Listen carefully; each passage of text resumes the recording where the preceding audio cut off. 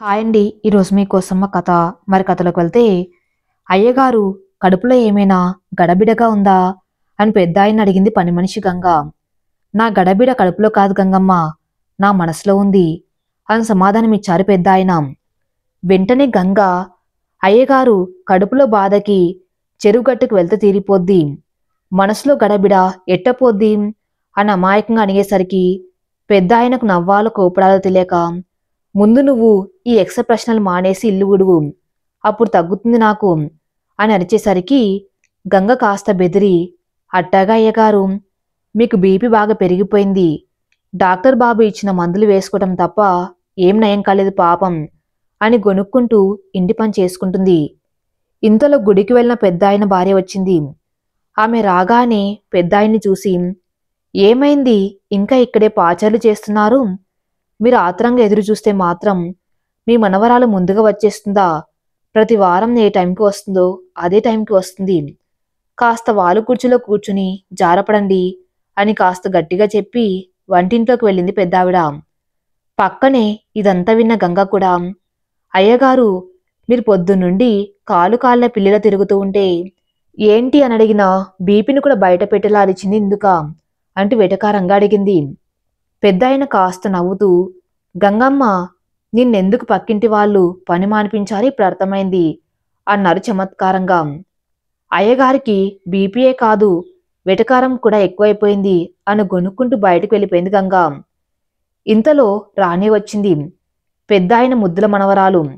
చూసే కన్నుల అదృష్టం అనేలా ఉండే అందం తన సొంతం, ప్రతి ఒక్కరి మనసుని కట్టిపడేసే తన చిరునవ్వు, అంతకు మించి మంచి సుగుణాలు ఆమె సొంతం. పట్నంలో చదువుకుంటూ ప్రతి ఆదివారం తాతయ్య అమ్మమ్మ కోసం వస్తుంది. అందుకే ఆ ఒక్కరోజు కోసం ప్రతిరోజు ఎదురు చూస్తారు పెద్దాయన. పెద్దాయనకి ఒకే ఒక కూతురు, ప్రేమ వివాహం చేసుకుని వెళ్ళిపోయింది. కొన్నాళ్లకి కూతురు అల్లుడు చనిపోయిన విషయం తెలిసి దిగులుతో మంచాన పడ్డారు. పెద్దావిడ ఎట్టకేలకు ధైర్యంగా నిలబడి తన మనవరాలు అనాథల బతకవలసి వస్తుందేమోని భయంతో మనవరాలు కోసం చాలా రకాలుగా ప్రయత్నాలు చేసింది. ఒకరోజు బంధువుల ద్వారా మనవరాలి ఆచూకు తెలిసి ఇంటికి తీసుకువచ్చి ఆ అమ్మాయిలోనే కూతుర్ని చూసుకునేవారు. ఆమె రాకతో తాతయ్యకి నయమై లేచి తన పని తాను చేసుకునేంత చక్కగా తేరుకున్నారు. దాంతో మనవరాలి మీద అమితమైన ప్రేమని పెంచుకున్నారు పెద్దవాళ్ళు. ఇలా వారానికి ఒకసారి వచ్చి ఇంట్లో అమ్మమ్మ తాతయ్యతో సమయం గడిపి వెళ్ళిపోతుంది. అందుకే అంతలా పెద్దాయన మనవరాలి కోసం ఎదురు చూశాడు. ఇక మనవరాలు రాగానే పెద్దాయన సంబరంగా ఎదురు వెళ్ళి, ఏమ్మా ఎలా ఉన్నావు, ఇంకాస్త ముందుగా రావచ్చు కదా అంటూ పలకరించారు. నేను ప్రతివారం వస్తున్నా కదా తాతయ్య, ఈ వారానికే ఏమైపోతుంది నాకు, నేను బాగానే ఉన్నాను, టైంకి తింటున్నాను, చక్కగా చదువుకుంటున్నాను, ఈసారి వచ్చేటప్పుడు త్వరగా రావడానికి ట్రై చేస్తాను, సరేనా అంది మనవరాలు త్రిపుర.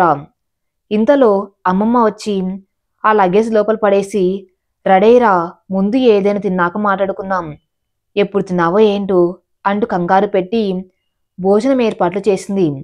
ముగ్గురు కలిసి భోజనం చేస్తూ చాలా కబుర్లు చెప్పుకుంటూ ఆ రోజంతా సంతోషంగా గడిపారు. మళ్ళీ త్రిపుర బయలుదేరే సమయం అయిపోయింది. రోజంతా ఉన్న సంతోషం ఒక క్షణంలో ఎగిరిపోయింది అందరికీ. ఆరోగ్యం జాగ్రత్త తాతయ్య, నీ మళ్ళీ వారం వస్తాను కదా, ప్రతిసారి అత్తవారింటికి వెళ్ళిపోయినట్లు ఫీల్ అయిపోతే నా పెళ్లిలో మీకే బోరు కొడుతుంది తాతయ్య అని సరదాగా సర్ది చెప్పి సిటీకి బయలుదేరింది.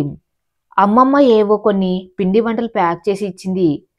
త్రిపుర బస్ ఎక్కి వెళ్తూ ఉండగా బస్ టైర్ పంక్చర్ కావటంతో బస్ మధ్యలోనే ఆగిపోయింది. త్రిపురకి తోడుగా కొంతమంది బస్సులో ప్యాసింజర్స్ ఉన్నారు, కానీ అర్ధరాత్రి ఆడపిల్ల పక్కన తన వాళ్ళు ఉంటే కాస్త ధైర్యంగా ఉంటుంది. కానీ ఇప్పుడు అపరిచితుల మధ్య తనకేం చేయాలి, ఎలా గడపాలి అనే భయంతో చాలాసేపు ఒంటరిగా కూర్చొని ఆలోచిస్తుంది. ఇంతలో ఒక అమ్మాయి త్రిపుర కన్నా చిన్నదే ఉంటుంది. త్రిపుర దిగులుగా కూర్చోవటం గమనించి తన దగ్గరకు వచ్చింది.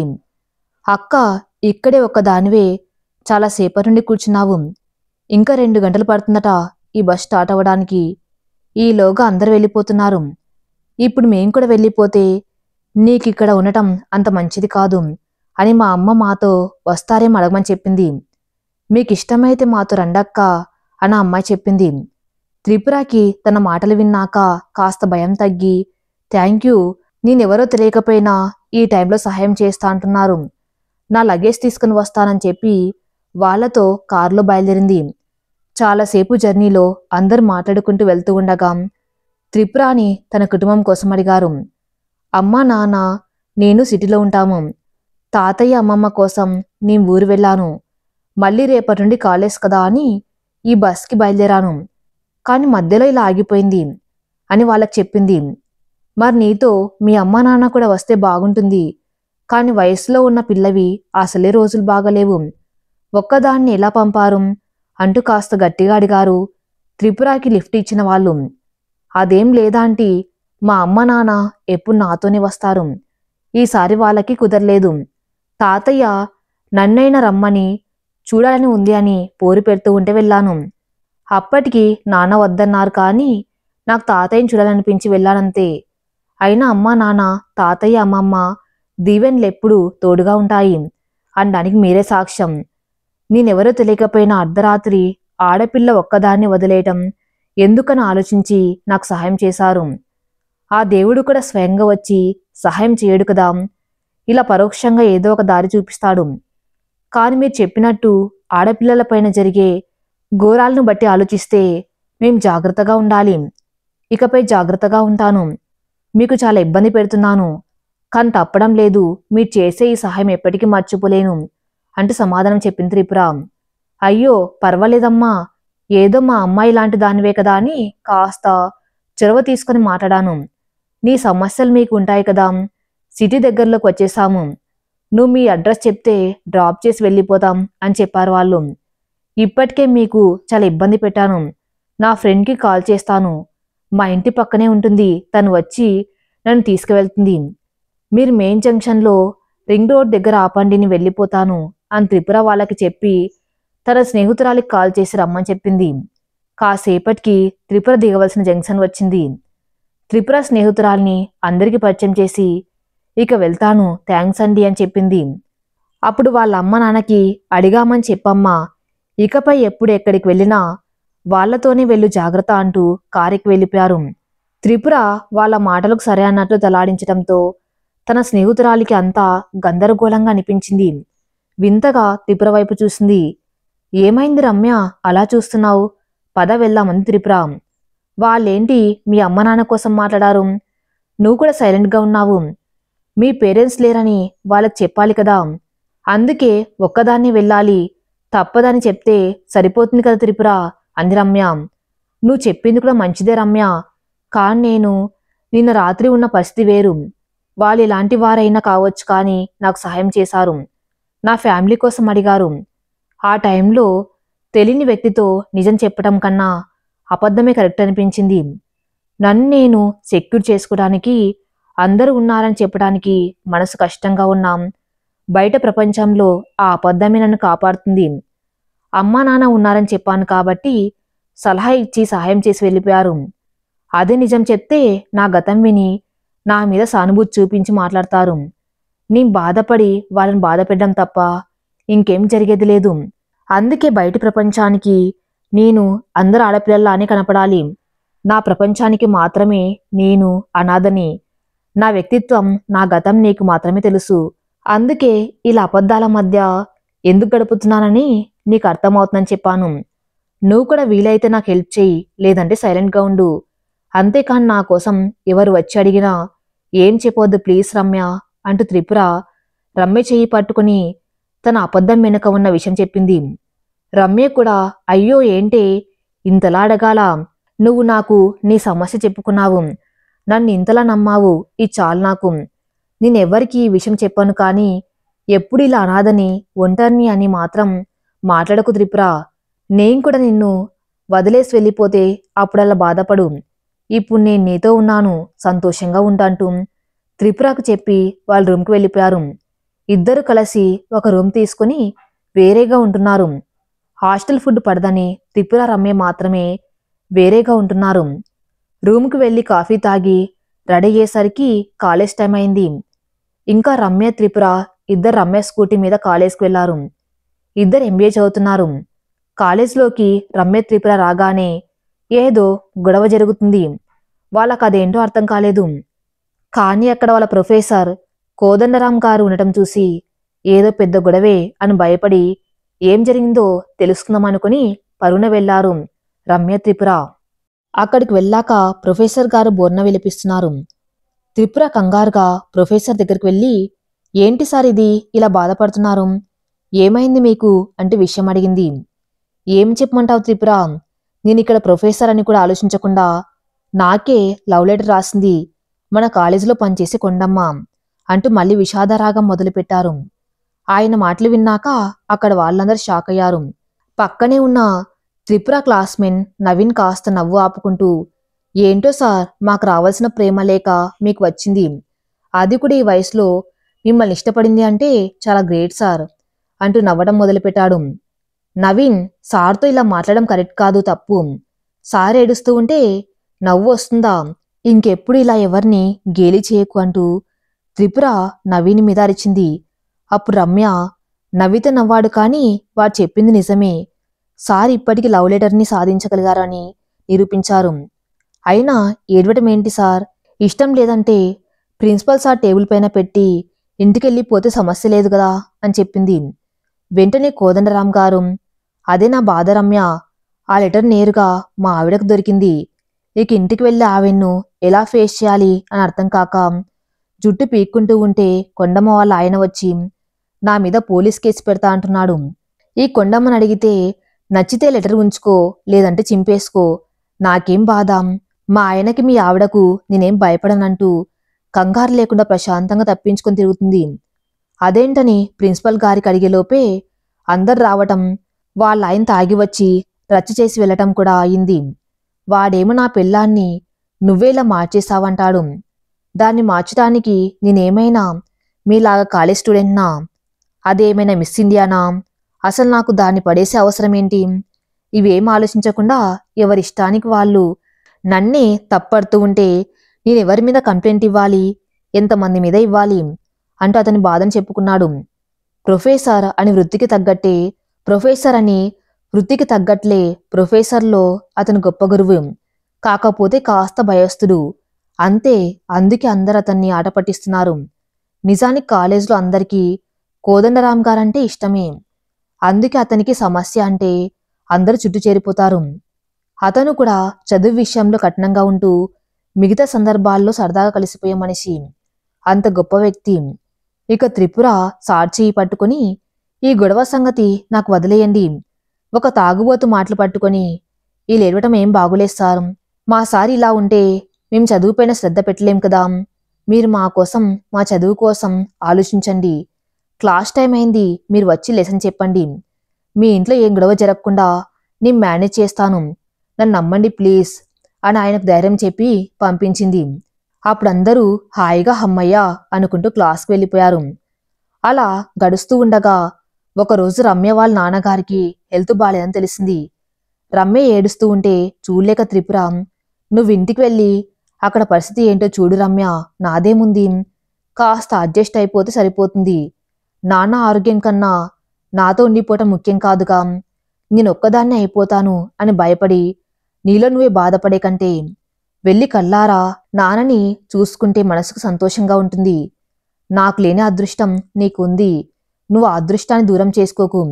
ఇదిగో టికెట్, అరగంటలో బస్సు ఉంది, బయలుదేరు. ఇంటికి చేరగానే నాన్నకి ఎలా ఉంది అనే విషయం కాల్ చేయని చెప్పి రమ్యను బస్సు ఎక్కించి వచ్చి పడుకుంది. కానీ రమ్యతో బాగా అలవాటైపోయింది. నిద్ర పట్టకుండా అలా రమ్య కోసమే ఆలోచిస్తూ పడుకుంది. రమ్యకి త్రిపురాని ఒక్కదాన్ని వదిలి వెళ్ళటం ఇష్టం లేకపోయినా కన్న తండ్రి అనారోగ్యంతో ఉండడం వల్ల వెళ్ళక తప్పలేదు. త్రిపుర కూడా పొద్దునే రెడై గుడికి వెళ్లి రమ్య వాళ్ళ నాన్నగారి ఆరోగ్యం కోసం పూజ చేయించి వస్తుంది.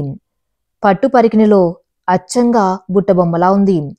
అదే టైంలో గుళ్ళో నుండి బయటకు వస్తున్న త్రిపురాని చూస్తూ తన్ని తానే మర్చిపోయి త్రిపురాని చూస్తూ ఉండిపోయాడు ఒక అబ్బాయి. లవ్ ఎట్ ఫస్ట్ సైట్ అంటే ఇదేనేమో, దేవుడా ఇన్నాళ్ళకు నా లైఫ్ సెటిల్ చేశావా స్వామి అంటూ గోపురాలకి 1కి 10 సార్లు దండాలు పెట్టి వెనక్కి తిరిగేసరికి త్రిపుర వెళ్ళిపోయింది. అయ్యో ఇలా చేశావేంటి దేవుడా, నా ఆనందం 5 నిమిషాలు కూడా నిలవకుండా నా దేవతను మాయం చేసేశావు. మళ్ళెప్పుడు నాకు కనపడుతుంది? ఎలా కనిపెట్టాలి తనని? ఎక్కడని వెతకాలి? నువ్వేదో ఒక దారి చూపించు స్వామి అని దేవునికి దండాల మీద దండాలు పెట్టి వెళ్ళిపోయాడు. ఇక త్రిపుర కోసం వెతుకుతూ తన పేరైన తెలుసుకోవాలని చాలా ఆత్రంగా ప్రయత్నాలు చేస్తున్నాడు. ప్రయత్నం చేస్తున్నాడు. త్రిపుర గుడి నుండి రూమ్కి వచ్చి రమ్య కాల్ చేసింది. రమ్య తన కాల్ కట్ చేసింది. ఏమైందో అర్థం కాక మళ్ళీ ట్రై చేసింది త్రిపుర. ఎన్నిసార్లు ఫోన్ చేసినా రెస్పాన్స్ లేదు. త్రిపురకి భయం మొదలైంది, కానీ మనసులో భయాన్ని దాచిపెట్టి పైకి నార్మల్గా యథావిధిగా కాలేజ్కి వెళ్ళింది. ఇక్కడ మన హీరో గారు త్రిపుర కోసం వెతుకుతూ కారులో షికార్లు కొడుతున్నాడు. ఇద్దరు ఒకే ఏరియాలో ఉన్నారు. కానీ త్రిపుర బస్ దిగి కాలేజ్ వైపు నడుస్తూ ఉంటే అప్పుడే మనోడి కారుకి ఎదురుగా రాంగ్ రూట్లో ఒకడు బయ్యమని వచ్చేస్తున్నాడు. ఆ కంగారులో కారు పక్కకి తిప్పి వేరే వైపు మళ్లించాడు.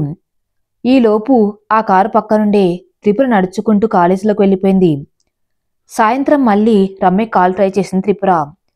స్విచ్ ఆఫ్ వచ్చింది. ఏమైంది దీనికి? అస్సలు వెళ్ళను అంది. వెళ్ళాక అక్కడి నుండి కాల్ చేయలేదు. నా కాల్ లిఫ్ట్ చేయట్లేదు. ఇప్పుడేమో స్విచ్ ఆఫ్ అని వస్తుంది. ఏం జరిగి ఉంటుందో అంటూ బాధపడింది. ఇంతలో ప్రొఫెసర్ కోదండరాం గారింటికి వెళ్ళబోతూ త్రిపురను చూసి దగ్గరకు వచ్చి, ఏమైంది త్రిపుర? ఈ రోజంతా దిగులుగా ఉన్నావు. ఇప్పుడు కూడా అలాగే ఉన్నావు. రమ్య కోసమేనా అన్నాడు. అవును సార్, రమ్య నాకు బాగా అలవాటైపోయింది. అందుకే నాకు ఒంటరిగా ఏం తోచడం లేదు. అది కనీసం ఫోన్లో మాట్లాడినా కాస్త మనసుకి ఊరట కలిగేది. ఎంత ట్రై చేసినా ఫోన్లో కూడా దొరకలేదు. వాళ్ళ నాన్నగారు ఎలా ఉన్నారు? ఏం అర్థం కాక ఏంటో అంత పిచ్చి పిచ్చిగా ఉంది సార్ అంటూ కోదండరాం గారికి తన బాధ చెప్పుకుంది. చూడమ్మా, తనకి అక్కడ పరిస్థితి ఎలా ఉందో మనకు తెలియదు.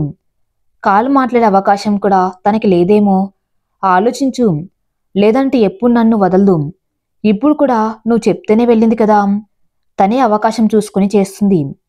ఎలాగో వచ్చే నెల ఎగ్జామ్స్ ఉన్నాయి కదా. తనే డైరెక్ట్గా వాళ్ళ నాన్నకి నయం కాగానే వచ్చేస్తుంది. నువ్వు ప్రశాంతంగా ఉండు అని ప్రొఫెసర్ త్రిపురకు సర్ది చెప్పారు. సరే సార్, ఇక నేను వెళ్తాను అంది త్రిపుర. రేపు హాలిడే కదా, ఊరు వెళ్ళటం లేదా నువ్వు అని అడిగారు సార్. రమ్య కోసం ఆలోచిస్తూ అసలు విషయం మర్చిపోయాను సార్. టికెట్ కూడా చేసుకోలేదు. పాపం అమ్మమ్మ తాతయ్య ఎదురు చూస్తూ ఉంటారు. ఇప్పుడు ఎలా సార్? మీరే ఏదైనా హెల్ప్ చేయండి అని సార్తో చెప్పగానే ప్రొఫెసర్ కాసేపు ఆలోచించి, హా అమ్మా, నువ్వు నాతో మా ఇంటికి రా. ఇవాళ అక్కడే డిన్నర్ చేసి నాకు తెలిసిన వాళ్ళ వెహికల్లో పంపిస్తాను. పొద్దున తాతయ్య లేచేసరికి అతనికి నువ్వే కాఫీ ఇచ్చి మరీ గుడ్ మార్నింగ్ చెప్పేస్తావు అని సలహా ఇచ్చారు. సరే సార్, మీరు చెప్పింది కూడా బాగానే ఉంది. పదండి సార్ అని చెప్పి కోదండరాం గారితో వెళ్ళింది త్రిపుర. ఇంటికి చేరుకొని ప్రొఫెసర్ భార్యతో కాసేపు మాట్లాడి వాళ్ళతో కలిసి టిఫిన్ చేసి హాల్లో కూర్చొని వెహికల్ కోసం ఎదురు చూశారు. ఇంతలో ఒక కారు వచ్చి గుమ్మం ముందు ఆగింది. ప్రొఫెసర్ బయటికి వచ్చి కారు దిగిన వ్యక్తితో మాట్లాడాడు. త్రిపురని పిలిచి కారు దగ్గర, జాగ్రత్త, దేనికి భయపడకు. నువ్వెప్పుడు ఎలా ఉంటావో అలాగే ఉండు. కావాలంటే ఇంకో 2 రోజులు అక్కడే ఉండరా. ఇక్కడ ప్రిన్సిపల్ గారికి నేను చెప్తాను అని త్రిపురకు ధైర్యం చెప్పి పంపించారు.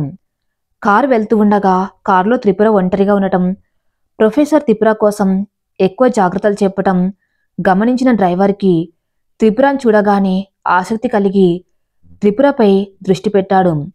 కొంచెం అద్దంలో కనపడుతున్న కళ్ళను చూస్తూ, అమ్మాయి కళ్ళు నువ్వెంత బాగుంటే మరీ తను ఎంత బాగుందో అనుకుంటూ డ్రైవ్ చేస్తున్నాడు.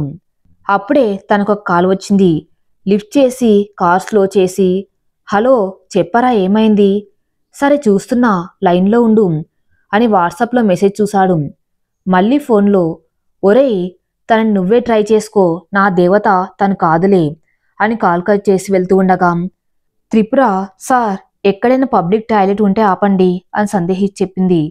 ఆ డ్రైవర్ వాయిస్ కూడా బాగుంది, కానీ నన్ను పడేసిన నా దేవత ఎక్కడుందో అని ఆలోచిస్తుంటే ఇంతలో త్రిపుర, సార్ ఏమనుకోకండి, ఇక నాతో ఉన్నది మీరే కదా, కారు కూడా మీరే ఆపాలి, వేరే ఆప్షన్ లేదు నాకు, అందుకే అడిగాను అని ఇబ్బందిగా చెప్పింది. అయ్యో పర్వాలేదు, లేడీస్ కదా, మీరు ఇబ్బంది పడనక్కర్లేదు. ప్రొఫెసర్ కోదండరాం గారు మిమ్మల్ని జాగ్రత్తగా డ్రాప్ చేయడమే కాదు, తనకి రక్షణగా తోడుగా కూడా ఉండి సహాయం చేయాలని మరి చెప్పారు. కాస్త దూరంలో పెట్రోల్ బంక్ వస్తుంది, అక్కడ ఆపుతాను అని ఆ వ్యక్తి అనడంతో త్రిపుర హమ్మయ్య అనుకుంది. కాసేపటికి పెట్రోల్ బంక్ వచ్చింది. త్రిపుర దిగి వాష్రూమ్కి వెళ్ళింది. డ్రైవర్ కార్ దిగి బయటకొచ్చి చిన్న లైట్ వెలుగులో వాటర్ బాటిల్తో ఫేస్ వాష్ చేసుకుంటున్న త్రిపురను చూశాడు. ఎగిరి గంతేసి తీర్మా డ్యాన్స్ వేయాలి అనిపించేంత ఆనందం మనసులో ఉన్నాం. తన కళ్ళను తానే నమ్మలేక నిజమా కళ అనే షాక్లో ఉండిపోయాడు. నేను పొద్దున గుళ్ళో చూసిన నా దేవత ఇలా ఈ నడిరేయి వెన్నెల కాంతుల్లో జాబిలమ్మలా నా చెంతనే ఉన్నదా? ఇది నిజమేనా? నేనేనా? ఇందుకేనా నా మనస్తానని చూడాలని పరిపరి విధాలా తోచింది. ఇదేనా డెస్టినీ అంటే? ఇదేనా ప్రేమ అంటే? నిజంగా నా జీవితంలో ఇదొక వింత అనుభవం, సంతోష సంగమం అంటూ మహాకవిలా ఏదేదో మనసుతోనే మాట్లాడుకుంటూ ఊహల్లో తేలిపోతూ త్రిపురని చూస్తూ ఉండిపోయాడు. త్రిపుర కళ్ళ ముందుకు వచ్చి చేతులూపుతూ, హలో ఏంటి అలా విగ్రహంలో నించుంటే? ఎప్పటికి వెళ్తాం? కార్ తీయండి ప్లీజ్ అంటూ పిలిచింది. అప్పటికి తెలివి తెచ్చుకొని, హాహా మీరిక్కడే ఉండండి, ఇప్పుడే వస్తాను అని పక్కకి వెళ్ళి చిన్న పిల్లల్లా పట్టలేని ఆనందంతో 2 స్టెప్పులు వేసి ఏమీ తెలియనట్టు మెల్లగా వచ్చాడు. త్రిపుర కార్లో ఎక్కుతూ ఉంటే, మేడం మీరు బ్యాక్ సైడ్ కాకుండా ఫ్రంట్లో కూర్చుంటారా ప్లీజ్ అన్నాడు. త్రిపుర సీరియస్గా కాస్త హెల్ప్ అడగగానే, మీ పక్కన కూర్చునేంత చనువుగా ఉంటాను అని ఎలా అనుకున్నారు? అందుకే ప్రొఫెసర్ గారు అన్ని జాగ్రత్తలు చెప్పారు. మీ లిమిట్స్లో మీరు ఉంటే మీకు మర్యాదగా ఉంటుందంది. అయ్యయ్యో ఎందుకండి అంత పెద్ద మాటలు మర్యాదలు? నేను మిమ్మల్ని డ్రాప్ చేస్తున్నానంటే ట్యాక్సీ డ్రైవర్ అనుకుంటున్నారా? అలా అనుకున్నా ఒకటి ఆలోచించాలి కదా. ప్రొఫెసర్ అన్నిసార్లు జాగ్రత్త చెప్పి నన్ను నమ్మి పంపిస్తారని, ఏదో ఆడపిల్ల కదా అని మాట కలిపితే ఏమనుకుంటారో అని ఆలోచించి ఇప్పటిదాకా ఆగాను అంతే అంటూ టకటక సీరియస్గా చెప్పాడు. ఓ క్షమించండి ప్లీజ్, నేను మీతో వచ్చేటప్పుడు మిమ్మల్ని ప్రొఫెసర్ గారు పరిచయం చేసి ఉంటే నేనిలా అనుకునేదాన్ని కాదు. ఏదో తెలియకలా మాట్లాడాను, ఫీల్ అవ్వకండి అని చెప్పింది త్రిపుర. ఇట్స్ ఓకే, ప్రొఫెసర్ గారు చెప్పిన వ్యక్తి బదులుగా నేను వచ్చాను. నా ఫ్రెండ్ డ్రైవర్, అందుకే సార్ అంతలా జాగ్రత్తలు చెప్పారు. అయినా మీకేం భయం లేదు, నన్ను నమ్మవచ్చు. నా పేరు విక్రమ్, ఫ్రెండ్స్ విక్కీ అని పిలుస్తారు. మీరు అని చెప్పి కరచాలనం కోసం చెయ్యి చాపాడు విక్రమ్. త్రిపుర నమస్కారం పెట్టి, నా పేరు త్రిపుర, నాకు నిక్ నేమ్ ఏం లేదు, మీరు చెప్పినట్లు ముందు సీట్లో కూర్చుంటాను. ఈ కార్ తీయండి ఆలస్యం అవుతుంది అంటూ వెళ్ళి ఫ్రంట్ సీట్లో కూర్చుంది. ఈ అమ్మాయిలో ఏదో స్పెషల్ ఉందా? నాకే అలా అనిపిస్తుందా? ఏదైతేనేం పరిచయం అయితే అయింది కదా, చూద్దాం ఏదో ఒకటి చేసి తనని ఇంప్రెస్ చేయాలి అనుకుంటూ కార్ స్టార్ట్ చేశాడు. మీరిప్పుడు వెళ్తున్న ఊర్లో ఎవరున్నారు మీకు? నాకు ఆ పక్క ఊర్లో ఒక పని ఉంది, వెళ్ళాలనుకున్నాను. అలా ఏమైనా పని మీద వెళ్తున్నారా అంటూ డ్రైవ్ చేస్తున్నాడు విక్రమ్. మీరు అసలు సైలెంట్గా ఉండరా? మా ఫ్యామిలీ ఉంది అక్కడ అంది త్రిపుర. ఓ అవునా, గ్రేట్. ఇంత రాత్రి వేళ బయలుదేరారంటే ఏమైనా అర్జెంట్ పని ఏమో అనుకున్నాను. నా అంచనా తప్పైంది, ఫ్యామిలీ కోసం కష్టమైన వెళ్తున్నారు అన్నాడు విక్రమ్. కాసేపటికి త్రిపురకి నిద్ర పట్టింది. తనకే తెలియకుండా విక్రమ్ భుజంపై వాలిపోయింది. విక్రమ్ గుండె వేగం పుంజుకుంది. తన హార్ట్ బీట్ తనకే వినపడేలా కొట్టుకుంటుంది. త్రిపుర నిద్రపోతే పసిపాపలా చాలా ముద్దుగా ఉంది. నా ప్రేమదేవత నా పక్కన ఇలా ఉంటేనే నా గుండె ఉప్పెన్లాగా ఎగసిపడుతుంది. నా జీవితంలో అడుగు పెడితే నా ప్రపంచమే మారిపోతుంది అనుకుంటూ త్రిపురని చూస్తూ మెల్లగా డ్రైవ్ చేస్తున్నాడు. ఎదురుగా వేరే కార్ సౌండ్కి త్రిపురకి తెలివొచ్చింది. లేస్తూ ఉండగా కార్ స్పీడ్ పెంచాడు. ఏంటి విక్రమ్ గారు, నిద్రపోతే లేపాలి కదా, అలా మీ మీద ఉంటే ఎంజాయ్ చేస్తున్నారా అంటూ మళ్ళీ కోప్పడింది త్రిపుర. త్రిపుర గారు, పడుకుంది మీరు, నా మీద పడింది మీరు. పోనీలే పాపం పడుకున్నారు, డిస్టర్బ్ చేయడం ఎందుకని ఆలోచించి చూస్తున్నాం. నన్ను తప్పుగా అనుకున్నారా అన్నాడు విక్రమ్. అయ్యో మహానుభావా, మిమ్మల్ని ఎవ్వరు తప్పుగా అనుకోలేదు. నేనే మీరు అడగగానే ముందు సీట్లో కూర్చున్నాను. నేనే మా సార్ చెప్పారని మిమ్మల్ని నమ్మి మీతో వచ్చాను. నేను అసలు హాలిడే విషయం మర్చిపోవటం వల్ల ఇవాళన్నీ ఇలా అవుతున్నాయి. అంత నాదే తప్పు. ఇక నా మొహం చూసించాలు, మీరు పోనివ్వండి అంటూ కోపంగా విడ్డూరంగా మాట్లాడింది త్రిపుర. అమ్మాయి బాగుంది, అందంగా ఉంటుంది అంటూ పాట పాడుకుంటూ హాయిగా మంచి రొమాన్స్ ఊహించుకుంటూ ఉంటే ఆ వెధవ ఎవడో కాని హారన్ కొట్టి నా మూడు మొత్తం పాడు చేశాడు. మా అందాల రాక్షసిని నిద్రలేపాడు అని మనసులో తిట్టుకుంటూ డ్రైవ్ చేస్తున్నాడు విక్రమ్. కాసేపటికి త్రిపుర, ఎందుకు నేను ఇతని మీద ఇలా అరుస్తున్నాను? పాపం, నన్ను సేఫ్గా తీసుకువెళ్తున్నారు. ఏమైంది నాకు?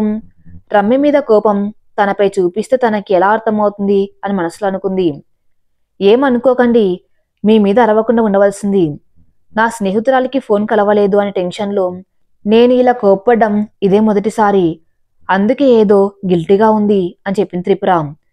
పర్వాలేదు త్రిపుర గారు, మీ పేరులాగే మీరు పద్ధతిగా ఉంటారని నేను మిమ్మల్ని చూడగానే అర్థం చేసుకున్నాను. పరిచయం లేని వ్యక్తులు నాలాగా చొరవ తీసుకుని మాట్లాడితే మీ ప్లేస్లో ఎవరు ఉన్నా అలాగే మాట్లాడతారు. నేనేం బాధపడలేదు. అందరు ఆడపిల్లలు అబ్బాయిల అందానికి, అతని మాటలకి డబ్బుకి పడిపోయి మాటలతో మాయ చేసే వాళ్ళని నమ్మి మోసపోతున్నారు. మీలాగా ఖచ్చితంగా ఉండేవాళ్ళు చాలా తక్కువ. మీరు ఇలా స్ట్రాంగ్గా ఉండండి అని చెప్పాడు విక్రమ్. విక్రమ్ మాటలు వింటూ అతన్నే చూస్తూ ఉండిపోయింది త్రిపుర. ఏంటి ఈ అబ్బాయి నన్ను ఇంత బాగా అర్థం చేసుకుంటున్నాడు? కాసేపటి పరిచయంలో నా కోపాన్ని కూడా అర్థం చేసుకున్నారు. మంచి అబ్బాయి, నేను తప్పుగా అనుకున్నాను అని మనసులో అనుకుంది త్రిపుర. త్రిపుర ఇప్పుడు వాళ్ళ ఇంటికి వెళ్ళిపోతే నీ మళ్ళీ తన్ని ఎలా కలవాలి, ఎప్పుడు చూస్తాను అంటూ టెన్షన్ పడుతున్నాడు విక్రమ్. విక్రమ్ గారు చాలా మంచి అబ్బాయి. నేనే అతన్ని చాలా ఇబ్బంది పెట్టాను. అయినా అతను అర్థం చేసుకున్నారు. నేను ఇప్పుడు వెళ్ళిపోతే మళ్ళీ అతను ఎప్పుడు కనపడతారు? సరే, మాకు మళ్ళీ కలవాలని రాసిపెట్టి ఉంటే కలుస్తాం. ఇప్పుడు నాకు రమ్మే టెన్షన్ చాలదన్నట్లు ఇది కూడా ఆలోచించడం ఎందుకు అనుకుంది త్రిపుర. ఇలా ఇద్దరూ తమ మనసులో మాట్లాడుకుంటూ ఒకరినొకరు చూసుకుంటూ త్రిపుర ఇంటికి చేరుకున్నారు. త్రిపుర కార్ దిగి లగేజ్ తీసుకొని, చాలా థ్యాంక్స్ విక్రమ్ గారు. ప్రతిసారి 10 మందితో బస్సులో ప్రయాణం చేసి వస్తున్నా కానీ మనసులో ఒంటరిగా వెళ్తున్న భావన ఉండేది. నిన్న మీతో ఒక్కదాన్నే వచ్చినా ఏదో తెలియని ధైర్యం వచ్చింది. చాలా థ్యాంక్స్ అని చెప్పింది. అన్ని థ్యాంక్స్లు ఎందుకండి బాబు, మాకు ఈ సారీలు థ్యాంక్స్లు పడవు. మీరు నన్ను తిట్టుకోకుండా ఇలా నార్మల్గా మాట్లాడితే చాలు. మీ ఇంటికి చేర్చాను, ప్రొఫెసర్ గారికి చేరిపోయాను అని చెప్పండి అన్నాడు విక్రమ్. ఇద్దరు నవ్వుకొని, సరే విక్రమ్ గారు, సార్కి నేను చెప్తాను. మీరు జాగ్రత్తగా నన్ను మా ఇంటికి చేర్చారని అని త్రిపుర. హలో మేడం, ఇంత పొద్దున్నే ఇలా రోడ్డు మీద వదిలేసి అలా ఎలా వెళ్ళిపోతున్నారు? కనీసం మాట వరసకైనా కాఫీకి కూడా పిలవలేదు అన్నాడు విక్రమ్. అయ్యో అదేం లేదు, ఎప్పుడు ఒక్కదాన్ని వెళ్తున్నాను కదా, అలవాట్లేదంతే, ఏమనుకోవద్దు. రండి, మా అమ్మమ్మ చేతి కాఫీ చాలా బాగుంటుంది అంది త్రిపుర. అవునా, అయినా మరీ అడిగి పిలిపించుకునే పద్ధతి బాగోలేదు. వద్దులేండి, మీరు వెళ్ళండి అన్నాడు విక్రమ్. పర్వాలేదు, మా వాళ్ళు ఏమనుకోరు. రండి, మీరు కూడా వేరే చోటికి వెళ్ళాలి అన్నారు కదా, కాఫీ తాగి వెళ్ళవచ్చు రండి అంది త్రిపుర. లోపలికి వెళ్ళగానే తాతయ్య అంటూ త్రిపుర తాతయ్యని పట్టుకుంది. ఎలా ఉన్నావు తల్లి, నీకోసమే చూస్తున్నాను అన్నాడు తాతయ్య. నేను బాగానే ఉన్నాను, మీ ఆరోగ్యం బాగానే ఉందా? హా, అమ్మ నిన్ను చూస్తే ఆనందంతో అన్ని నొప్పులు తగ్గిపోతాయి. నువ్వు వెళ్ళిపోతే మళ్ళీ ఏదో దిగులుగా ఉంటుంది అంతే. అయినా ఇదంతా ఈ సంవత్సరం నీ చదువు అయ్యేదాకనే కదా అని సర్ది చెప్పుకున్నాను. మరి నా మీద ఎక్కువ ప్రేమ పెంచుకోకు తాతయ్య. ఏమ్మా అలా అన్నావు? అవును మరి, మనం అనుకున్నట్లు నాకు పెళ్లి చేస్తే ఇల్లరికం వచ్చేవాడు. దొరక్కపోతే నన్ను అత్తగారిని పంపించాలి కదా, అప్పుడు ఇలా నా ఇష్ట ప్రకారం రాలేను కదా. అందుకే కాస్త నా మీద ప్రేమ తగ్గించుకోండి అంది త్రిపుర. తాత మనవరాలు మాటలు విని నవ్వుకున్నాడు విక్రమ్. ఎవరమ్మా తను అన్నారు తాతయ్య. అయ్యో సారీ విక్రమ్ గారు, నాకు తాతయ్యని చూస్తే అసలు మనస్సు మాట ఆగదు. తాతయ్య, ఇతను మా ప్రొఫెసర్ గారికి తెలిసిన వాళ్ళ అబ్బాయి. నన్ను ఇక్కడ దింపడానికి వచ్చారు. పక్క ఊర్లో పనుంటే ఇటువైపే కదా అని నన్ను డ్రాప్ చేశారు. పేరు విక్రమ్ అని చెప్పాడు. హో సరే, చాలా సంతోషం బాబు, కూర్చోండి అన్నారు తాతయ్య. నమస్తే, మీరు పెద్దవాళ్ళు, నన్నండి అనే మనవద్దు ప్లీజ్. నన్ను కూడా మీ మనవడే అనుకోండి. విక్రమ్ అని పిలిస్తే చాలు తాతయ్య అన్నాడు విక్రమ్. వచ్చిందా గంగమ్మ తల్లి, వస్తూనే హడావిడి చేసి తాతయ్య మాత్రం ఎదురు చూస్తున్నారన్నట్లు అక్కడే ఆగిపోతుంది. నేను కనపడను అంటూ అమ్మమ్మ తిడుతుంది. అయ్యో అమ్మమ్మ, నేనెలా వదిలేస్తాను? అసలు అలా ఎలా పట్టించుకోననుకున్నావు? కావాలంటే అతన్ని అడుగు. నీ చేతి కాఫీ గురించి గొప్పగా చెప్పి తీసుకువచ్చా అని తెలుసా అంది త్రిపుర. అవునా, నా బంగారు కొండ, నా గురించి, నా చేతి వంట గురించి సిటీ వాళ్ళకి చెప్తున్నావా? ఉండండి, ఇప్పుడే మంచి వేడివేడి కాఫీ తెస్తాను అని కిచెన్లోకి వెళ్ళిందమ్మమ్మ. అందరూ కలిసి కబుర్లు చెప్పుకుంటూ కాఫీ తాగారు. త్రిపుర గారు ఇక వెళ్తాను, టైం అవుతుందన్నాడు. సరే విక్రమ్ గారు, బాయ్ అని త్రిపుర. ఇంతలో అమ్మమ్మ వచ్చి, బాబు వెళ్తాను కాదు వెళ్ళొస్తాను అనాలి అన్నాడు. అలాగే బామ్మగారు, వెళ్ళొస్తానని చెప్పి బయలుదేరారు. గేట్ దగ్గర త్రిపుర గారు మళ్ళీ, ఎప్పుడు మీ ప్రయాణం అని మెల్లగా అడిగింది విక్రమ్. ఏంటి సంగతి, నా గురించి అడుగుతున్నారంది. అదేం లేదండి బాబు, మీకు దండం, ప్రతిదీ తప్పుగా అనుకోవద్దు. ఒకవేళ మీ తిరుగు ప్రయాణం ఎప్పుడు తెలిస్తే, నా పనయ్యాక నేను కూడా సిటీకే కదా వెళ్ళాలి. సో మీరు వస్తే ఇద్దరం వెళ్ళిపోతాం కదా అని అడిగాను, అంతే అన్నాడు. ఓకే, కానీ నాకు సరిగ్గా తెలియదు, ఇక్కడ ఎన్నాళ్ళు ఉంటాను అంది. అలా అయితే ఒక పని చేయండి, నా ఫోన్ నెంబర్ తీసుకోండి. మీరు రిటర్న్ అయ్యేటప్పుడు చెప్తే నేను దగ్గరలో ఉంటే కలుస్తాను. లేదంటే మీరు ఎప్పుడులాగా బస్సులో వెళ్ళవచ్చన్నాడు. సరే విక్రమ్ గారు, నెంబర్ చెప్పండి, సేవ్ చేసుకుంటాను అని ఫోన్ తీసింది త్రిపుర. ఇద్దరు ఫోన్ నెంబర్స్ తీసుకొని ఇద్దరు నవ్వుతూ బాయ్ చెప్పుకొని ఇంట్లోకి త్రిపుర. కారులో విక్రమ్ వెళ్ళిపోయాడు. విక్రమ్ కారులో వెళ్తూ త్రిపుర గురించి ఆలోచిస్తూ ఊహల్లోకంలో తేలిపోతూ ఉన్నాడు. త్రిపుర అమ్మమ్మ తాతయ్యతో కలిసి కాసేపు మాట్లాడి మళ్ళీ రమ్య కోసం ఆలోచించడం మొదలుపెట్టింది. ఫోన్ రింగ్ అయినా చూడలేనంత పని ఏముంది, ఎలా ఉందో అక్కడ పరిస్థితి, కనీసం మెసేజ్ పెట్టినా బాగుండేది, ఎప్పుడు నాతో ఉంటాను అని ఏవో డైలాగులు చెప్పింది. అలాంటిది ఇప్పుడు నన్ను ఇలా టెన్షన్ పెడుతుంది అంటూ తిట్టుకుంటూ మెల్లగా నిద్రలోకి జారుకుంది. అప్పుడే విక్రమ్ త్రిపురకు కాల్ చేశాడు. కానీ నిద్ర పడ్డం వల్ల త్రిపుర లిఫ్ట్ చేయలేదు. ఫోన్ తీయటం లేదంటే తనకు నాతో మాట్లాడడం ఇంట్రెస్ట్ లేదేమో, నాలాగా తనకు నాతో మాట్లాడాలి అనిపించడం లేదు కాబోలు, నేనే ఎక్కువగా తన నుండి ఏదేదో ఆశిస్తున్నాను, పదే పదే ఫోన్ చేయడం మంచిది కాదు అని తనకి తాను సమాధానం చెప్పుకొని వెళ్ళిపోయాడు. త్రిపుర వచ్చి కాపలగా కూర్చొని ఫోన్ చూసింది. అయ్యో, విక్రమ్ గారు చేశారు, ఏమై ఉంటుందని ఆలోచిస్తుంది. ఒకవేళ ప్రొఫెసర్ గారికి చేరిపోయినట్లు చెప్పలేదని చేశారాం, లేక అతను చేరవలసిన చోటికి చేరిపోయాను అని చెప్పడానికి చేశారాం అని ఆలోచిస్తూ, ఇప్పుడు నేను విక్రమ్కి ఫోన్ చేస్తే మరీ ఓవర్గా ఉంటుందేమో, అతనే మళ్ళీ చేస్తాలే అనుకుని ఆలోచిస్తూ కూర్చుంది. కాసేపు అయ్యాక ప్రొఫెసర్కి కాల్ చేసింది. హలో సార్, నేను త్రిపురని మాట్లాడుతున్నాను. ఆ త్రిపుర, చెప్పమ్మా, అంతా క్షమ్మే కదా అన్నాడు. అందరం బాగున్నాం సార్, అతను జాగ్రత్తగా నన్ను డ్రాప్ చేశారు, చాలా థ్యాంక్స్ సార్, చెప్పగానే నాకు హెల్ప్ చేశారు అని త్రిపుర. పర్వాలేదు త్రిపుర, నాకు పిల్లలు లేరు, నాకు విద్యార్థులే పిల్లలు, మీరంతా నా బిడ్డలే, అందుకే మీతో కలిసి మీలో ఒకడిగా ఉండి మీ సమస్యలు అడిగి తెలుసుకుంటాను, చేతనైతే సహాయం చేస్తానంతే అంటూ బాధపడ్డారు. అయ్యో సార్, మీరు బాధపడకండి, మీరు మాకు చదువు మాత్రమే కాదు, జీవితంలో నేర్చుకోవాల్సిన ఎన్నో రకాల విషయాలు చెప్పారు, మా సమస్యని బట్టి ఏదో ఒక పరిష్కారం చెప్పేవారు, మమ్మల్ని కూడా ఒక తండ్రిలాగా వెన్నంటే ఉండి ప్రతి విషయంలో సహాయం చేశారు. మీరు మాకు చదువు చెప్పేటప్పుడు మాత్రమే మాకు గురువు, మిగతా సమయంలో తండ్రిగా మాకు అండగా నిలబడతారు అని చెప్పింది త్రిపుర. చాలా సంతోషం, మీరు కూడా నన్ను తండ్రిగా అనుకుంటే ఇంకా హ్యాపీ, నా పిల్లలు అని గర్వంగా చెప్పగలను అంటూ సంతోషపడ్డాడు. ఓకే సార్, మా రమ్య అయినా కాల్ చేసిందా అని డౌట్గా అడిగింది. లేదమ్మా, అయినా 4 రోజులు రమ్య కోసం కాలేజీ కోసం ఆలోచించకుండా హ్యాపీగా తాతయ్య అమ్మమ్మతో గడిపి రమ్మని పంపిస్తే మళ్ళీ అది అడుగుతున్నావు. కాలేజ్ నుండి రేపు లెటర్ వెళ్తుంది రమ్య ఇంటికి, అక్కడి నుంచి వచ్చి సమాధానం బట్టి చూద్దాం, నువ్వేం దిగులు పడకుండా జాగ్రత్తగా ఉండు అన్నారు. సరే సార్, ఉంటాను అని కాల్ కట్ చేసింది త్రిపుర. సార్ ఏంటి, అసలు విక్రమ్ గారి కోసం అడగనే లేదు.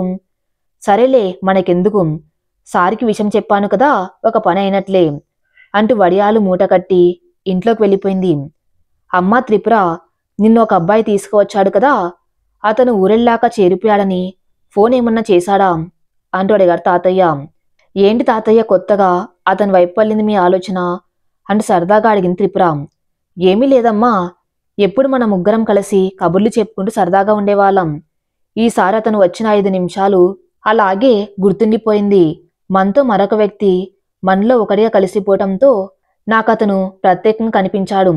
అంతేనమ్మా అన్నారు తాతయ్య. సరే తాతయ్య, నేను తర్వాత కాల్ చేసి మాట్లాడి చెప్తాను. మొన్న చేశారు కానీ నేను నిద్రపోయాను, చూసుకోలేదని త్రిపుర. హా, అదంతా సరే కానీ నువ్వు రేపు వెళ్ళిపోతానని చెప్పావట కదా అమ్మమ్మకి. ఒక వారం రోజులైనా ఉంటే బాగుంటుంది కదా అన్నారు తాతయ్య. తాతయ్య, మీతో రోజు ఉన్నా మీకు తనివి తీరదు. నాకు ఎగ్జామ్స్ ఉన్నాయి. 2 రోజులు సెలవు ఇస్తే ఇంకో 2 రోజులు సెలవు నేను పెట్టుకుని ఇక్కడ ఉన్నాను. ప్రతి వారం వచ్చేస్తున్నా, ఈసారి ఎక్కువే ఉన్నాను. అయినా ఇంకా ఉండిపోమ్మంటారు.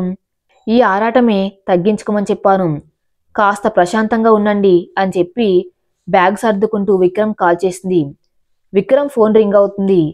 త్రిపుర నుండి ఫోన్ వచ్చింది అని చూసి ఆనందంతో ఫోన్ పట్టుకుని డాన్స్ చేసి ఆ తర్వాత లిఫ్ట్ చేశాడు. హలో త్రిపుర గారు, ఎలా ఉన్నారన్నాడు. హాయ్ విక్రమ్ గారు, బాగున్నాను. మీరు ఆ రోజు కాల్ చేశారు కానీ నేను నిద్రపోయాను, చూసుకోలేదు. ప్రొఫెసర్ గారికి కూడా చేసి మాట్లాడాను. తాతయ్య కూడా మిమ్మల్ని అడిగారు అంది. అవునా, అయితే తాతయ్యని బామ్మని అడిగానని చెప్పండి. మీరు లిఫ్ట్ చేయలేదంటే నన్ను తిట్టుకున్నారేమో అని భయపడ్డాను. అనుకోకుండా అయితే ఓకే. మీ ప్రయాణం ఎప్పుడు అన్నాడు విక్రమ్. రేపు వెళ్దాం అనుకున్నాను. ఎగ్జామ్స్ ఉన్నాయి, ప్రిపేర్ అవ్వాలి. మీరెక్కడ ఉన్నారంది. నేను మళ్ళీ సిటీ వచ్చేసానండి నిన్ననే. మీరు మళ్ళీ కాల్ చేయలేదు. ఎప్పుడు వెళ్తారో తెలియదు.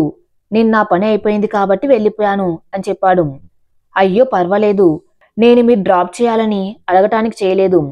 ఆ రోజు మీరు కాల్ చేశారు కానీ నేను లిఫ్ట్ చేయలేదు. అది కాక ఇప్పటి వరకు మీతో నార్మల్గా మాట్లాడింది కూడా లేదు అని ఊరికే చేశాను. తాతయ్య కూడా మీ టాపిక్ తెచ్చారు ఇవాళ, సో అలా గుర్తొచ్చి మీకు కాల్ చేశాను అని మాట్లాడింది. నా అదృష్టం బాగుంది ఇవాళ. ఫైర్ బ్రాండ్ త్రిపుర గారు ఈ అభాగ్యుడైన విక్రమ్ గాడికి కాల్ చేశారు. అది కూడా విచిత్రం ఏంటంటే మొట్టమొదటిసారి నాతో కూల్గా మాట్లాడుతున్నారు అంటూ గేలి చేశాడు. అదంతా మర్చిపోండి మహాప్రభో, ఏదో పెద్ద తప్పు చేసినట్లు అలా దెప్పి పొడవకండి. నేను అందరితో సరదాగా ఉంటాను. ఒక్క మీ విషయంలోనే నాకంతలా కోపం వచ్చింది. అదేంటో కూడా అర్థం కాలేదు. మీ ఒక్కరికే నేను ఫైర్ బ్రాండ్లా కనపడ్డాను కదా, అలాగే మీరు నాకు వేరేలా కనపడ్డారు అంటూ విక్రమ్కి బదులిచ్చింది. అంటే మీ ఉద్దేశం నేను అమ్మాయిల్ని మోసం చేసేవాళ్ళ కనపడ్నానా? అంత దారుణంగా ఎలా ఊహించుకున్నారు అంటే సీరియస్ అయ్యాడు. త్రిపుర నవ్వుతూ, ఆగండి, మీరు కాస్త గ్యాప్ ఇవ్వండి. నేను మీరు మోసం చేసే టైప్ అనుకోలేదు. జస్ట్ అబద్ధాలు చెప్పి పులిహోర కలిపే బ్యాచ్ అనుకున్నాను అంతే అంటూ చెప్పింది. మీరేంటండి ఇంత దారుణంగా ఆలోచిస్తున్నారు? మనిషి మాత్రం మహాలక్ష్మిలా ఉంటారు. ఈ ఆలోచనలు అంచనాలు పూర్తిగా క్రైమ్ బ్యాచ్ వల్ల ఉన్నాయి అన్నాడు. మీరు చూడడానికి బాగుంటారు కదా, అందుకే అందంగా ఉండే అబ్బాయిలకు అమ్మాయిలు ఫాలోయింగ్ ఎక్కువ కాబట్టి ఆ అవకాశం వాళ్ళు వదులుకోరు అని విన్నాను. మా కాలేజీలో కూడా కొంతమందిని చూశాను. అందుకే మీరు వాళ్ళు నన్ను తప్పుగా అనుకుంటారని భయపడి కాస్త అరుస్తూ మాట్లాడాను. అంతేకాని మీ మీద నాకు కోపం ఎందుకండి, కాస్త మృదువుగా చెప్పింది. అంతే విక్రమ్కి రెక్కలొచ్చి గాల్లో తేలుతూ ఉన్నంత సంతోషం వచ్చింది. ఏం మాట్లాడాలో అర్థం కానంతగా సంబరపడ్డాడు. ఇంతలో అమ్మమ్మ పిలుపు వినపడింది. సరే విక్రమ్ గారు, నీ సిటీ వచ్చాక కలుస్తాను. అమ్మమ్మ పిలుస్తుంది, ఇక ఉంటాను బాయ్ అని కాల్ కట్ చేసింది. హలో హలో అంటూ కట్టైన ఫోన్ని పట్టుకుని ఇవాళ చాలా ఆనందంగా ఉంది. నాకు మళ్ళీ తనతో మాట్లాడే అవకాశం ఉందో లేదో అని భయపడ్డాను. కానీ నా ప్రేమ ఎలా అయినా తన మనసుకు చేరి మమ్మల్ని కలుపుతుందని అర్థమైంది అంటూ ఆనందపడ్డాడు విక్రమ్. యథావిధిగా త్రిపుర బస్సులో ప్రయాణం చేసి తన ఇంటికి వెళ్ళి రెడీ కాలేజ్కి వెళ్ళింది. క్లాస్లో అందరికీ పలకరించి అందర్నీ రమ్య కోసం అడిగింది. నవీన్ రమ్య కోసం ఏమేం తెలిసిందా అని అడిగింది. హే త్రిపుర, కొత్తగా నన్ను అడుగుతున్నావేంటి? కొత్తగా పెళ్ళైన జంటలా ఎప్పుడు ఒకరికొకరు విడవకుండా తిరుగుతున్నారు కదా, నీకు కూడా కాంటాక్ట్ లేదంటే ఎలా నమ్మాలి అన్న నవీన్. నువ్వు నమ్మిన నమ్మకపోయినా పర్వాలేదు, కానీ నువ్వు చెప్పినట్లు ఎప్పుడు ఇద్దరం ఒకటే అనేంత క్లోజ్గా తిరిగాం. ఇప్పుడు ఇలా ఒకేసారి మాట కూడా లేకుండా ఏమైపోయింది అని అర్థం కాక నా కంగారుగా ఉంటుంది అని చెప్పింది. ఓకే త్రిపుర, కూల్గా ఉండు. నేను కూడా మన ఫ్రెండ్స్కి చెప్పి రమ్యకి ఫోన్ ట్రై చేయమని చెప్తాను. ఏమైనా ప్రాబ్లం ఉందేమో తెలుసుకుందాం, సరేనా అని నవీన్. సరే నవీన్, సార్ వస్తున్నారు కూర్చో అని చెప్పి ఎవరి ప్లేస్లో వాళ్ళు కూర్చున్నారు. కోదండరాం గారు క్లాస్ చెప్పడం మొదలుపెట్టారు. అయిపోయాక నోట్ చేసుకోమని చెప్పి కూర్చున్నారు. ఒకడు మెల్లగా సార్ చూడకుండా ఫోన్ తీసి బోర్డు మీద రాసిన లెసన్ని ఫోటో తీసి సార్కి దొరికిపోయాడు. నవీన్, నీ వెనకాల మంచి ఫోటోగ్రాఫర్ ఉన్నాడు, వాడిని జాగ్రత్తగా ఇలా తీసుకురారా అన్నాడు ప్రొఫెసర్. నవీన్ వెనక్కి తిరిగేసరికి వాడు లేచి, ఎందుకు సార్ అంత సీరియస్? ఏదో సరదాగా ఇప్పుడు రాయటం లేట్ అయితే మిస్ అవ్వకుండా పిక్ తీసుకుంటున్నాను సార్ అంతే అంటూ కహాని మొదలుపెట్టాడు. నీ నంది అవార్డు నటన ఆపితే ఈ పాటికి లెసన్ ఎప్పుడూ రాసుకునేవాణ్ణి. తెలివితేటలు మరీ ఎక్కువైపోయాయి. ఇప్పుడు ఇచ్చింది రాసి చూపించు. నేను డైలీ చెప్పేవి కూడా పిక్స్ తీసి పెట్టావో పుస్తకాలు రాసావో చెక్ చేస్తాను. పట్టుకొని రా అంటూ సీరియస్గా చెప్పారు. వాడి మొహం ముడుచుకుని కూర్చొని రాసుకున్నాడు. ఏంట్రా నవీన్, నువ్వు రాసావా? లేదంటే ప్రింటింగ్ ప్రెస్ ఏమైనా ఉందా నీకు అని డౌట్గా అడిగారు సార్. అయ్యో లేదు సార్, మీకు చెక్ చేయండి పర్వాలేదు. నేను రాయకపోతే మీతో డైరెక్ట్గా చెప్పేస్తాను, తెలుసు కదా. మీరు కొండమ్మని కూడా ఇలాగే భయపట్టి ఉంటారు. అందుకే ఆ రోజు వాళ్ళ ఆయన దగ్గర మిమ్మల్ని బుక్ చేసిందని చెప్పి నాలుగు కరుచుకుని, ఓరి దేవుడా, నోరు తిన్నగా ఉండదు కదా, ఏదనుకుంటే అది కక్కేయాలి. ఇప్పుడేం చేస్తారు ఈ కోదండరాం అంటూ టెన్షన్ పడుతున్నాను నవీన్. ముందు బెంచ్లో ఉన్న త్రిపుర నవీన్ వైపు చూసి, ఒరేయ్ నోరు మూసుకుని ఉండవచ్చు కదా, ఆ విషయం సారు మర్చిపోవడానికి ట్రై చేస్తున్నారు, నువ్వు మళ్ళీ కదిపి పెంట చేయకుంది. నేను చేయడమేంటే బాబు, అతనే చిన్న పిల్లల్లా ఏడ్చి రచ్చ చేసుకున్నాడు. సారలా గడబిడ అంటారంతే అని చెప్పాడు. ఇంతలో సార్, ఏం నవీన్ నువ్వు? త్రిపుర గుసగుసలు. ఇక నేను మాట్లాడుతున్నానని తెలుసు కూడా మీరు మాట్లాడుతూ ఉంటే నేనెందుకు? అయినా నా విషయం పక్కన పెట్టేసి నీ విషయం ఏంటి చెప్పు అని సీరియస్గా చెప్పారు. ఓకే సార్, మనకి గొడవ ఎందుకు? నీకు నోట్స్ కావాలి, నాకు మార్క్స్ రావాలి, ప్రిన్సిపల్ గారికి ఈ కాలేజ్కి పెద్ద పేరు కావాలి. అంటే ఇప్పుడు నేను మీరిచ్చిన లెసన్స్ రాసుకోవాలని చెప్పాడు. మంచి కవిత టాలెంట్ ఉందిరా నీకు. అంటే నీకు చదువు కాకుండా వేరే నైపుణ్యం కూడా ఉందన్నమాట. సరే కూర్చొని నోట్స్ రాయండి అని చెప్పి వెళ్ళిపోయారు. త్రిపుర ఇంటికొచ్చి బాగా పక్కన పడేసి, ఏంటి ఈ జీవితం, ఎవరిని ఇష్టపడితే వాళ్ళు దూరమైపోతూ ఉంటే ఎలా తట్టుకుని బతకడం? అమ్మ నాన్న లేరు, అయిన వాళ్ళు లేరు, నా కోసం ఎదురు చూసేది ఇక్కడ రమ్య, అక్కడ తాతయ్య వాళ్ళు, మధ్యలో నన్ను ఇక్కడే వదిలేసి ఎలా ఉందది? రమ్య ఒక్కసారి కనపడవే, నా లైఫ్ మళ్ళీ అనాథగా మారిపోయినట్టుగా ఉంది. రమ్య ప్లేస్ని ఎవరు భర్తీ చేయలేరు. నా కోసం ఎప్పుడు ఇక్కడే ఉండి తన ఊరు కూడా వెళ్లకుండా నాకు తోడుగా నీడగా ఉంటూ వచ్చింది. ఇప్పుడు ఇలా మధ్యలో సమాధానం లేని ప్రశ్నలా నన్ను ఇక్కడ వదిలేసింది. ఇక తాతయ్య వాళ్ళు ఉన్నంత కాలమే ఆ ఊరు వాడ నా కోసం ఎదురు చూసే నా వాళ్ళు ఉన్నారని పాకులాడ్డం. నా జీవితంలో ఎప్పుడూ టెన్షన్ పడకుండా ప్రశాంతంగా ఉండే రోజులు లేవేమో అని బాధపడుతూ కూర్చుంది. మరి తర్వాత ఏం జరగబోతుందో నెక్స్ట్ ఎపిసోడ్లో చూద్దాం. నెక్స్ట్ ఎపిసోడ్ కోసం నా ఛానల్ని ఫాలో అవుతూనండి. Thank you for listening.